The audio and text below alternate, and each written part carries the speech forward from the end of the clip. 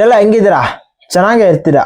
ಇವಾಗ ಏನ್ ಮಾತಾಡ್ತೀನಿ ಅಂದ್ರೆ ನಾನು ಫಂಕಿ ಅನ್ನೋ ಒಂದು ಸಿನಿಮಾ ರೀಸೆಂಟ್ ಆಗಿ ತೆಲುಗಲ್ಲಿ ಬಂತು. ಆ ಒಂದು ಸಿನಿಮಾದ ಎಕ್ಸ್ಪೀರಿಯನ್ಸ್ ಬಗ್ಗೆ ಮಾತಾಡೋಣ. ಏನಪ್ಪಾ ಅಂದ್ರೆ ಈ ಸಿನಿಮಾದ ಡೈರೆಕ್ಟರ್ ಬಂದ್ಬಿಟ್ಟು ಅನುದೀಪ್ ಅವರು. ಈ ಅನುದೀಪ್ ಅವರು ಹಿಂದೆ ಜಾತಿ ರತ್ನಾಲು, ಪ್ರಿನ್ಸ್ ಅಂತ ಬ್ಲಾಕ್ ಬಾಸ್ಟರ್ ಸಿನಿಮಾಗಳನ್ನ ಮಾಡಿದರೆ ಆ ಸಿನಿಮಾಗಳು ಥಿಯೇಟ್ರಿಕಲ್ ಅಲ್ಲೂ ಕೂಡ ಸಖತ್ ಸಕ್ಸಸ್ ಆಗಿದ್ದಾವೆ.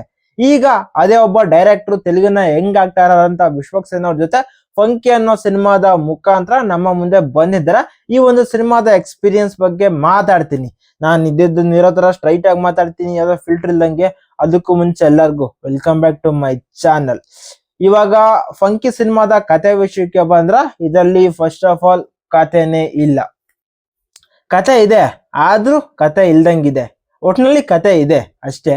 ಏನಪ್ಪಾ ಕತೆ ಅಂದ್ರೆ, ನಮ್ಮ ಹೀರೋ ಒಬ್ಬ ಡೈರೆಕ್ಟ್ರು ಪ್ರೊಡ್ಯೂಸರ್ಗೆ 4 ಕೋಟಿ ಬಜೆಟ್ ಆಗುತ್ತೆ ಅಂತ ಹೇಳ್ಬಿಟ್ಟು 40 ಕೋಟಿ ಮಾಡಿರ್ತಾನೆ. ಸೊ ಅವರು ಕೂಡ ತುಂಬಾ ಪ್ರಾಬ್ಲಮ್ ಅಲ್ಲಿ ಇರ್ತಾರೆ. ಆಮೇಲಿಂದ ಪ್ರೊಡ್ಯೂಸರ್ ಮಗಳಿಗೆ ಲೈನ್ ಆಗ್ತಾನೆ. ಫೈನಲ್ ಆಗಿ ಸಿನಿಮಾ ರಿಲೀಸ್ ಆಗುತ್ತೋ ಇಲ್ವೋ, ಸಿನಿಮಾನ ಇವನು ಕಂಪ್ಲೀಟ್ ಮಾಡ್ತಾನೋ ಇಲ್ವೋ, ಒಟ್ನಲ್ಲಿ ಇದೇ ಆಂಗಲ್ ಅಲ್ಲೇ ಬರುತ್ತೆ. ಇದು ಸ್ಟೋರಿ ಬೇಸ್ಡ್ ಮೂವಿ ಅಂತೂ ಫಸ್ಟ್ ಆಫ್ ಆಲ್ ಅಲ್ವೇ ಅಲ್ಲ. ಒಂದು ಕಾಮಿಡಿ ಓರಿಯೆಂಟೆಡ್ ಮೂವಿ. ನೀವೇನಾದ್ರೂ ಒಂದು ಫನ್ ಮೂವಿನ ಎಕ್ಸ್ಪೆಕ್ಟ್ ಮಾಡ್ಕೊಂಡು ಹೋದ್ರೆ ಸಿನಿಮಾ ನಿಮ್ಮನ್ನೊಂದು ರೇಂಜ್ಗೆ ಹಿಡಿದಿಟ್ಕೊಳ್ಳೋ ಪ್ರಯತ್ನ ಮಾಡುತ್ತೆ. ಇವ್ರ ಹಿಂದಿನ ಸಿನಿಮಾಗಳನ್ನ ನೀವು ಪ್ರಿನ್ಸ್ ಮತ್ತೆ ಜಾತಿ ರತ್ನ ನೋಡ್ಬಿಟ್ರೆ ಹೊಟ್ಟೆ ಹುಣ್ಣಾಗಂಗ್ ನಗ್ಬಿಡ್ತೀರಾ. ಹಂಗೆ ಸಖತ್ತು ಫನ್ಸ್ ಜನರೇಟ್ ಆಗಿದಾವೆ. ಬಟ್ ಈ ಸಿನಿಮಾದಲ್ಲಿ ಆ ರೇಂಜಿಗೆ ಫನ್ ವರ್ಕೌಟ್ ಆಗ್ಲಿಲ್ಲ ಅಂದ್ರೂ ಕೂಡ ಒಂದು ರೇಂಜಿಗೆ ಇದೆ. ತೆಲುಗುನಲ್ಲಿ ಮಾತ್ರ ಸಿಕ್ಕಾಪಟ್ಟೆ ರಿಜೆಕ್ಟ್ ಮಾಡಾಕಿದ್ದಾರೆ ಈ ಸಿನಿಮಾನ. ಯಾಕಂದ್ರೆ ಜಾತಿ ರತ್ನಾಲು ಸಿನಿಮಾದ ಒಂದು ಇನ್ಸ್ಪಿರೇಷನ್ಸ್ ಜಾಸ್ತಿ. ಡೈರೆಕ್ಟರ್ ಅವರೇ ಅಲ್ವಾ, ಅಬ್ಸಲ್ಯೂಟ್ಲಿ ಅವು ಇವು ಸ್ವಲ್ಪ ತಗೊಂಡಿರ್ತಾರೆ. ಬಟ್ ಅದನ್ನ ಫ್ಯಾನ್ಸ್ ಸ್ವಲ್ಪ ರಿಜೆಕ್ಟ್ ಮಾಡ್ತಾ ಇದ್ದಾರೆ. ಅಷ್ಟೆಲ್ಲ ಅನುದೀಪ್ ಅವರು ಮತ್ತೆ ಇನ್ಮೂವರು ಸೇರ್ಕೊಂಡು ಸಿನಿಮಾದಲ್ಲಿ ಆಕ್ಟ್ ಕೂಡ ಮಾಡಿದ್ದಾರೆ. ಆ ಕ್ಯಾರೆಕ್ಟರ್ಗಳು ಕೂಡ ಸ್ವಲ್ಪ ಡಿಫ್ರೆಂಟ್ ಆಗಿದಾವೆ. ಬಟ್ ಅವನ್ ನೋಡ್ತಾ ಇದ್ರೆ ಜಾತಿ ರತ್ನಾಲ ಸಿನಿಮಾದ ಕೆಲವೊಂದು ಸೀನ್ಗಳು ಜ್ಞಾಪಕ ಬರ್ತವೆ. ಒಟ್ನಲ್ಲಿ ನವೀನ್ ಪೊಲಿ ಶೆಟ್ಟಿ ಅವರು ಮತ್ತೆ ಅನುದೀಪ್ ಅವರು ಸೇರ್ಕೊಂಡು ಮಾಡಿದಂತ ಜಾತಿ ರತ್ನಾಲ ಇದೆಯಲ್ಲ, ಮಾಸ್ಟರ್ ಪೀಸ್ ಸಿನಿಮಾ. ಯಾರಾದ್ರೂ ನೋಡಿಲ್ಲ ಅಂದ್ರೆ ನೋಡಿ.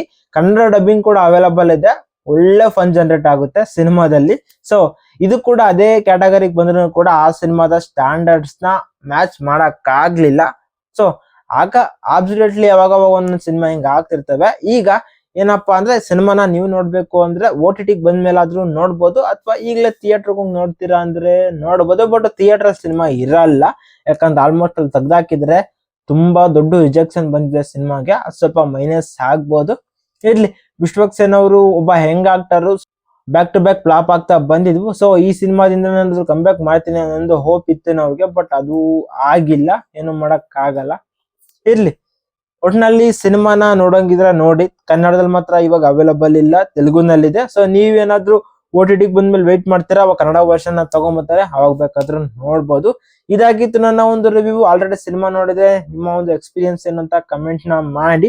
ಒಂದು ಆವರೇಜ್ ಸಿನಿಮಾ ಇದು, ಫ್ಯಾಮಿಲಿ ಜೊತೆ ಕುತ್ಕೊಂಡು ಆರಾಮಾಗಿ ನೋಡ್ಬೋದು.